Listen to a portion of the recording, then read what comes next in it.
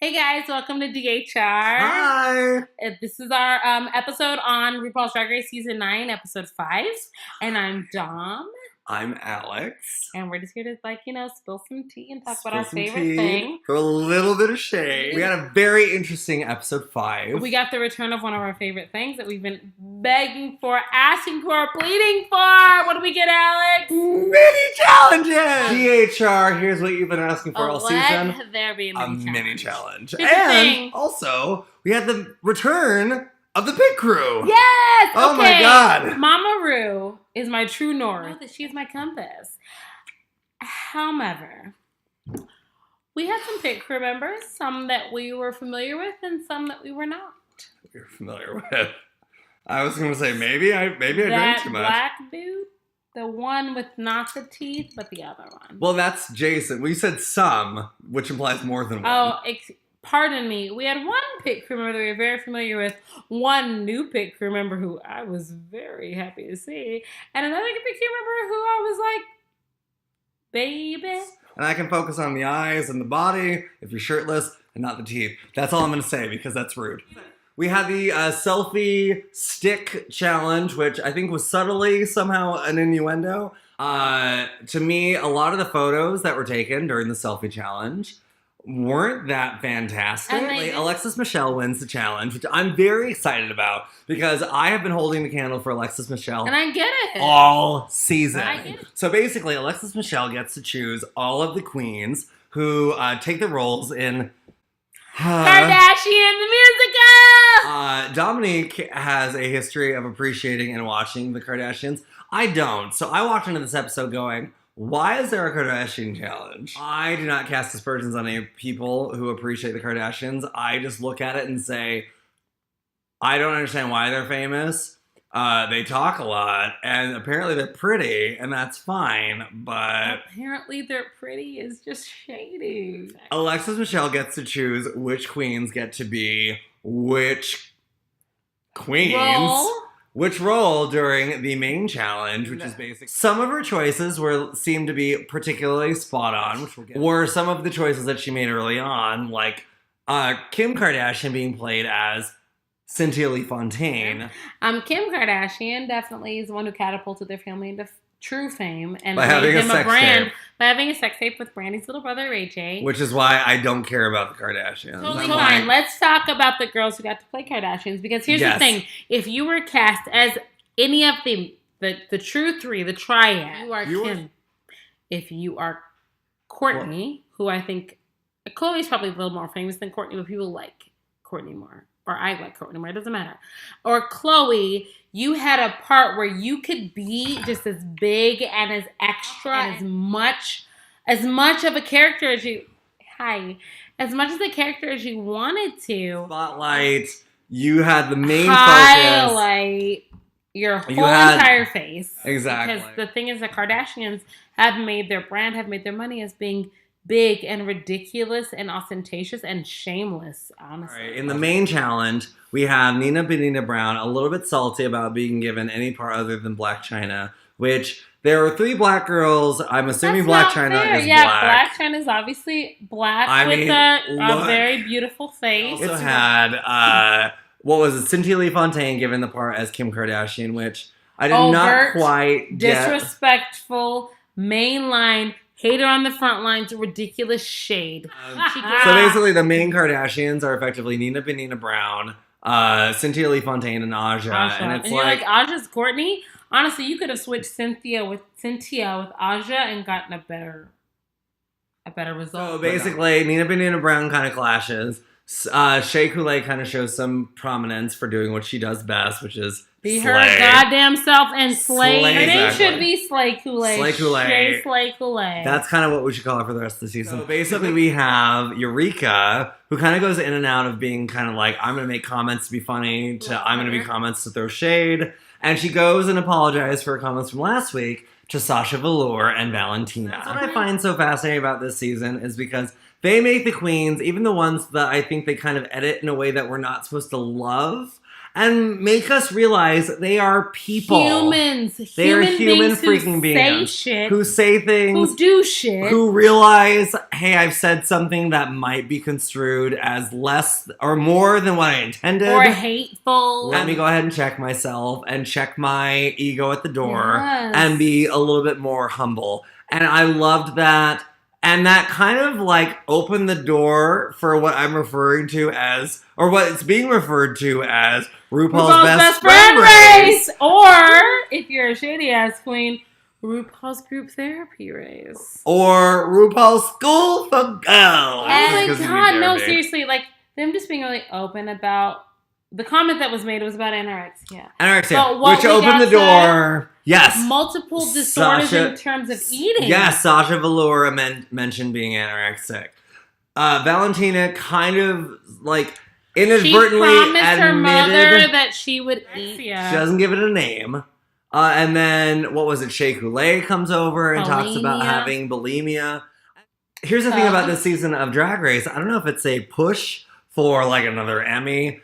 Every single episode, it's like, here's a topic that's really emotional, that's really charged, that really gets people talking. And here's like, obviously, and I'm not going to cut this, because the show is on VH1 now, which is a very popular cable network, I feel like a lot of it could be about getting an Emmy. It also could be about humanizing people that some people in the world or in the country have not really humanized to themselves because they don't know anybody who's suffering with HIV. Sure. They don't know anybody who struggles with their gender issues. They don't know anybody who, has had an eating disorder that's not a teenage girl. Like, these are real issues in the world. I'm glad that so many issues that are very, very pointed and that are very, very important are being talked about. And prominent in the LGBTQ.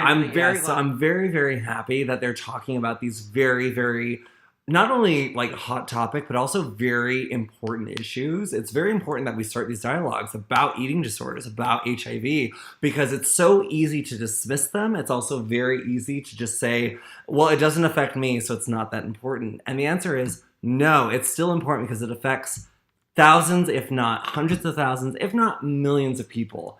That being said, it's like, oh my gosh, there's so much going on, and emotionally, I am getting drained. We did have, for me, it was a little bit of an interesting challenge. I could only really base it off of how good the lip sync was and how good the queens actually, performed. Embodied. Because the obvious struggle that I noticed was Cynthia Lee Fontaine, because the lip sync was not particularly on point at certain points. Obviously, Pheromone struggled as whichever Jenner. Don't even correct me because I don't care. I was kind of like, I got my Kardashian 101. At the end of the day, I would have been a little bit more appreciative if they had like a history of Michelle Visage, a history of Drag Race. For me, it was quite the opposite because other than two of the Kardashians, I know a lot about the first three because I said I watched first three seasons. Kylie You're more and invested Kendall, than I am, Kendall and clearly. Kylie were like children in those seasons. So Alexis Michelle stole the show from every single person that got to play a main Kardashian. Pheromone had 19 things to work with. The fact that she played Kylie Jenner and didn't do a Kylie Jenner challenge, she didn't overtly pad to where it was like, I obviously had cosmetic surgery and things, but Kylie Jenner's given us so much to work with. Pheromone really just didn't take advantage of almost any of it. She would have been better playing Kourtney Kardashian, in my opinion. She did have a lot to work with. And then the trick for me was, clap. Oh, hold on. Clap. One, clap. Two. That's all she had to do, basically. So that challenge was effectively a clusterfuck of I have no idea. She knew better than me. So we ended up going into the runway. A fur-tastic runway. A fur-tastic runway, which I have to be honest, I am slowly coming to terms with the fact that I don't quite get the same level of that I used to get from runways anymore. I don't quite get it. This season, I also feel like runways have been made the cherry on top as opposed to the ice cream in the sundae. Exactly. Back in the day, I feel like you could have not that great of a challenge but an amazing runway and still be in the top 3. Hi, Violet Chachki. Hello. And I feel like nowadays, like, maybe the runway might count for, like, a half point. Because I feel like a lot of the outfits didn't really do anything. For the last couple episodes, if I'm being honest. Yeah. A lot of the runways in the last couple episodes, they've gone, eh? Yeah, I mean, there used to be mind-blowing outfits. Season 3, 4, 5. There were some outfits that made me go, oh my god. 5 and 6 also. I also sure. 6 in there because in season 6 there were some outfits that I was like, you're not wrong. So, but there are a lot of outfits this season where I'm kind of like, I don't hate them, but I also don't feel like anyone's doing anything where I'm like, I couldn't put that together. So, and that's not meant to be shade, but it's just kind of like, maybe it's just the duration of the show and having watched it so long, my expectations are higher. There are also a lot of queens at episode 5 of the season. We have, how many queens? 11? 11. So after episode 5 of the show, we still have actually 10 queens, and I don't think we're accustomed to that amount of human beings. And what makes the season so interesting is the fact that I still don't know who the top 3 are going to be. We've mentioned in previous episodes that we picked the top 3 mutually without even discussing it from Meet the Queens. This season, I'm like, I have no clue. Can we talk about RuPaul on the runway this week? She was actually the best we've seen her all season. The makeup, that highlight, the hint of blue, the almost dark nude lip, that dress. There were some questionable style choices last week that were significantly improved this week. I'm very, very happy with it. RuPaul looked amazing. I found myself kind of struggling with who I really liked, who I didn't really like. Because, like, fur is not a specific way to be. Like, if my fur is a fucking fake-ass neon pink mink stole, which is what it would be. Probably. As, like, a vest and, like, me wearing whatever the fuck I wanted to with, like, some accessories. That's fur to me. At the runway, and the judges ended up picking for the top 3, Shea Coulee. Yes. Which I agreed with. Fuck yeah. Alexis Michelle, which I also agreed with. And I'm so sorry. If she ever watches these videos, she's going to hate us. Because we're both mutually kind of like, wait, had plenty of fucking opportunities, chances, she can all watch that. It. She Peppermint, can comment. Yes. Peppermint made it into the top 3 again, and we're slightly perplexed as to why. The bottom 3 turned out to be Nina Benina Brown, which I disagreed with, not so much over here. Also Pheromone, and also Cynthia Lee Fontaine, which broke my heart, but also it broke my heart. But man, some of those lip syncs, I'm like, I'm listening to the lyrics.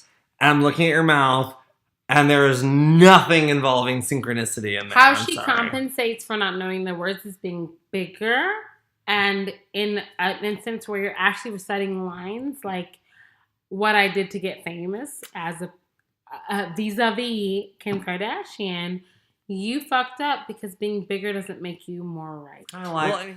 Kim Kardashian, from what I know, which is slightly little, is very demure, very kind of like slow, demure might not sexy, be the word, slow, calculated. Yes, Cynthia because she was being Cynthia, not Kim. It's true. So the bottom 2 and ultimately ended up being Pheromone and Cynthia Lee Fontaine, and I did not disagree with that personally. I felt like in that, from what I witnessed, that kind of felt like it fit. Bottom 2. So we go into the lip sync, and I have to be honest. Cynthia Lee Fontaine immediately drops the dress. I liked her dress. It was heavy. I think it's why she dropped it. She dropped the dress immediately, which I felt like could have potentially been better had she saved it for later. She went straight into the Raja Carmen Carrera. Let's drop all the layers. I think for the song they selected, it didn't quite fit. And I have been waiting. I think you're amazing. I think you're beautiful. I've been waiting for them to send Pheromone home for so long. Watching the lip sync to a Meghan Trainor song, I was killing myself because I was watching it going, I love Cynthia Lee Fontaine. But like, I want her to not fucking it up. Pheromone is not doing terribly. And here's the thing. Pheromone, for the song that they were lip syncing to, Pheromone was singing to California Girls by Katy Perry. And Cynthia Lee Fontaine was doing like a quasi-sexy, like Gloria Estefan meets Maybe I Kissed a Girl. And I felt, watching it, it was weird because I wanted Cynthia Lee Fontaine to be the one to stay. But watching the lip sync, I was like, I hate this. I hate admitting this. I hate vocalizing this. Of the two of them, I felt like Pheromone kind of delivered on the song. And part of that could be because she looks like Meghan Trainor on the No album with the red and then the hair, very long glittery things that look like a penis. And like Cynthia Lee Fontaine was doing a very sexy, seductive lip sync to a song. And Pheromone slightly matched the song a little bit better than Cynthia. So, what ended up happening, which is why it didn't really matter what we thought about lip sync, is RuPaul, what was it, the Paige kind of walked over and talked to RuPaul as though it happened naturally, which we all know it didn't, said something to RuPaul, RuPaul left and said, I need a moment. I need a moment. And the thing is, if RuPaul says I need a moment and I'm on fucking stage and I did anything, I'm going to immediately start crying. I honestly, the split second she said, I'm leaving, I need a moment, I'm like, it's a Willem situation. Somebody violated the rules. Something crazy is going on. Until I remembered there was a lot of focus on Eureka and her non-ability to walk. Split second she called her name. It was kind of like, it was slightly validation because I was like, yes, I called it was Eureka. But it was also like, no. Pulling you from this competition. And nothing is more heartbreaking, especially when it's like, oh my God, I've wanted to be on the show for so long, and now I'm being pulled from it. So my heart broke for Eureka because there's nothing worse than you have done nothing wrong. You have been performing very well in this competition. We are pulling you from this competition. Nothing is more heartbreaking. I mean, the open invitation helped, but I'm just like, it did. How's it going to be interesting for us who have seen her now for 5 episodes. And her outfits have been on point. Her runway has been on point. Her performance has actually not been terrible at all in any way. Not at all. The reason she was safe is because she wasn't terrible in any capacity. Exactly. And if she had just been bad consistently, I don't think they'd be like, you are a set place. No. Which is why Farrah cried her fucking eyes out because she knew in terms of performance that she was one of the weaker links. I hated seeing Eureka leave before Pheromone. I think Pheromone is absolutely gorgeous. I think Pheromone is a sweetheart. And I don't dislike Pheromone. But to me, based purely on talent, watching Eureka leave before Pheromone hurt my soul. I still feel that Pheromone has lasted longer than her initial shelf life should have been. Sorry. But so, moving forward, we're down to, I want to say 10 queens. We've both been drinking, so don't quote us. But what we did do in anticipation of this episode was make ourselves a delicious, strongly worded cocktail in honor of my girl, Miss Eureka. So we are starting a new trend where we are dedicating a cocktail towards a signature cocktail towards the eliminated queen. This week we had effectively it was vodka, raspberry juice, lemon, and also Key West lime juice. A direct tribute to our girl Eureka. Because I feel as though they kind of tried to peg her early on as a bitchy queen. As a very bitchy / bitter queen. And here's the thing. I feel that Eureka is very away. And I felt that she carried herself very, very well. As a big girl who cannot be held down. A very, very, very confident queen who has curves. Especially in a, not only society, but also a culture that is a little bit less forgiving towards those who have more curves to them. She presented herself very well, and her outfits were absolutely on point. So we dedicated this cocktail before, because someone would argue that salty, she may have seemed bitter, but she also always justified why she felt the way that she felt. She was both intoxicating and sweet. And the bitter we understood because it suited the cocktail. It's love, Eureka. Thank you for being everything that you are. We love you. We can't wait to see you in season 10. Some of us think that there might be a significant weight difference between season 9 and season 10. Hey, look, I'm just throwing not shade, but I know how reality television works, and you might want to do a little mini Eureka reinvention. And here's the thing. As a person who's been 230 pounds and a person who's been 140 pounds, I get it.